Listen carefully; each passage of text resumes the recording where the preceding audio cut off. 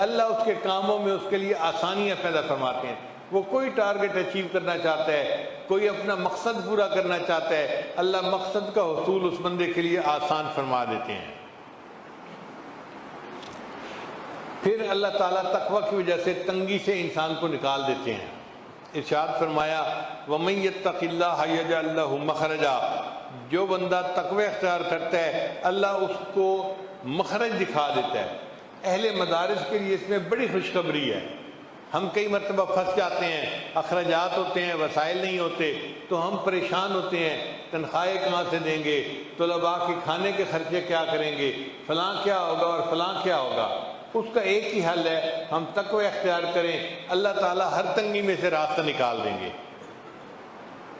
علامہ ابن جوزی رحمۃ اللہ نے سید الخاطر میں واقعہ لکھا ہے، وہ فرماتے ہیں ایک دفعہ حالات کی وجہ سے میں بہت پریشان تھا، تو میں نے قرآن مجید میں یہی آیت پڑھی وَمَن يَتَّقِ اللَّهَ يَجْعَل لَّهُ مَخْرَجًا، کہ جو تقوی اختیار کرے گا اللہ اس کے لیے حالات میں سے نکلنے کا راستہ دکھا دے گا۔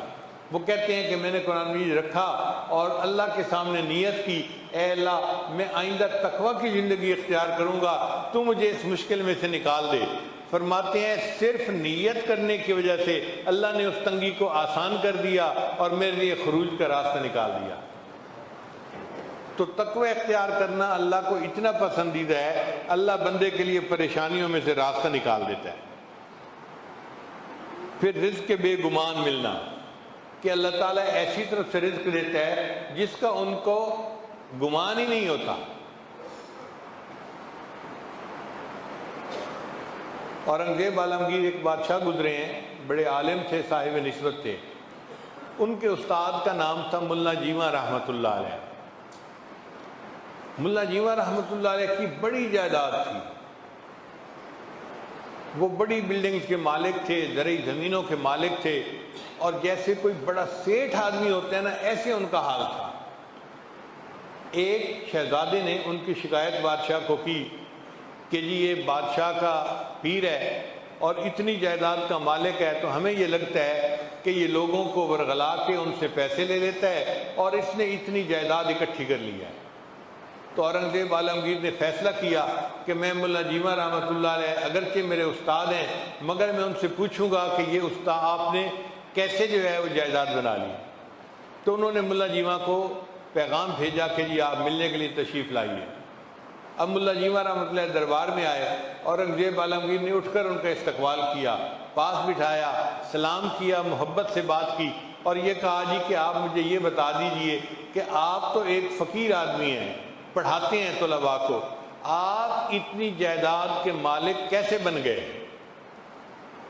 تو ملا جیواں رحمۃ اللہ نے فرمایا کہ آپ کو یاد ہوگا میں پچھلی مرتبہ آپ کو ملنے کے لیے آیا تھا، آپ نے مجھے ایک چونی ہدیے میں دی تھی۔ ان کا ہاں، کہنے لگے وہ چونی میں نے جا کے اپنی بیوی کو دی تھی اور کہا تھا کہ اس کو کسی اچھے کام پہ لگا دو تاکہ اللہ ہمارے لیے رزق میں آسانی کر دے۔ میری بیوی نے چند انڈے لیے اور مرغی کے نیچے رکھ دیے، ان انڈوں سے بہت سارے بچے نکل آئے تو کئی مرغیاں بن گئیں، چنانچہ ہمارے گھر کی مرغیوں میں برکت ہو گئی۔ پھر مرغیوں کے ساتھ میری بیوی نے ایک بکری خرید لی، اللہ نے بکریوں کا ریوڑ بنا دیا۔ پھر بکریوں سے ہم نے ایک گائے خرید لی، اللہ نے گائے کا ریوڑ بنا دیا۔ گائے بڑھتے بڑھتے اتنی بڑی کہ میں گائے کو سیل کرتا تھا اور زرعی زمین خریدتا تھا۔ پھر اللہ نے میری زرعی زمین کے کاروبار میں برکت دی اور ایک زمین میں کم قیمت پہ خریدتا تھا، اس کی قیمت بڑھ جاتی تھی۔ تو اللہ تعالیٰ نے آج مجھے اتنا کروڑ پتی بنا دیا، مگر میری انویسٹمنٹ وہ چونی ہے جو آپ ہی نے مجھے دی تھی۔ اورنگزیب عالمگیر نے کہا کہ اچھا استاد جی اب ذرا میری بات بھی سن لیجئے۔ اس نے اپنا ایک خادم بھیجا کہ جاؤ فلاں جگہ پہ جو ایک ہندو ہے نا اس کو بلا کے لاؤ اور اس کو کہو کہ پچھلے سال کا پورا ریکارڈ خرچے کا ساتھ لے کے آئے۔ تھوڑی دیر میں وہ ہندو آ گیا، اس نے کہا بادشاہ سلامت آپ نے کیوں بلایا ہے؟ بادشاہ سلامت نے کہا کہ آپ نے پچھلے سال اپنے مکان کی چھت کو ریپیئر کروایا تھا، اس کا خرچہ کتنا ہے؟ اس نے کہا جی ایک چونی۔ اس نے کہا مجھے اس کی ڈیٹیل بتاؤ۔ اس نے کہا جی بہت بارش تھی اور میری چھت میں سے پانی ٹپک رہا تھا، اور میری بیوی مجھ سے جھگڑا کر رہی تھی، آپ گھر کی طرف توجہ نہیں دیتے، چھت ٹپک رہی ہے، بچے نیچے سوئے ہوئے ہیں، ہم جائیں تو کہاں جائیں، آپ جلدی سے اس چھت کی ریپیئر کروائیں۔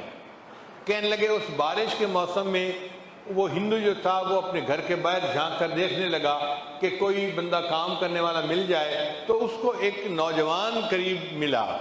اس نے نوجوان سے پوچھا، اے نوجوان تم مزدوری کرو گے؟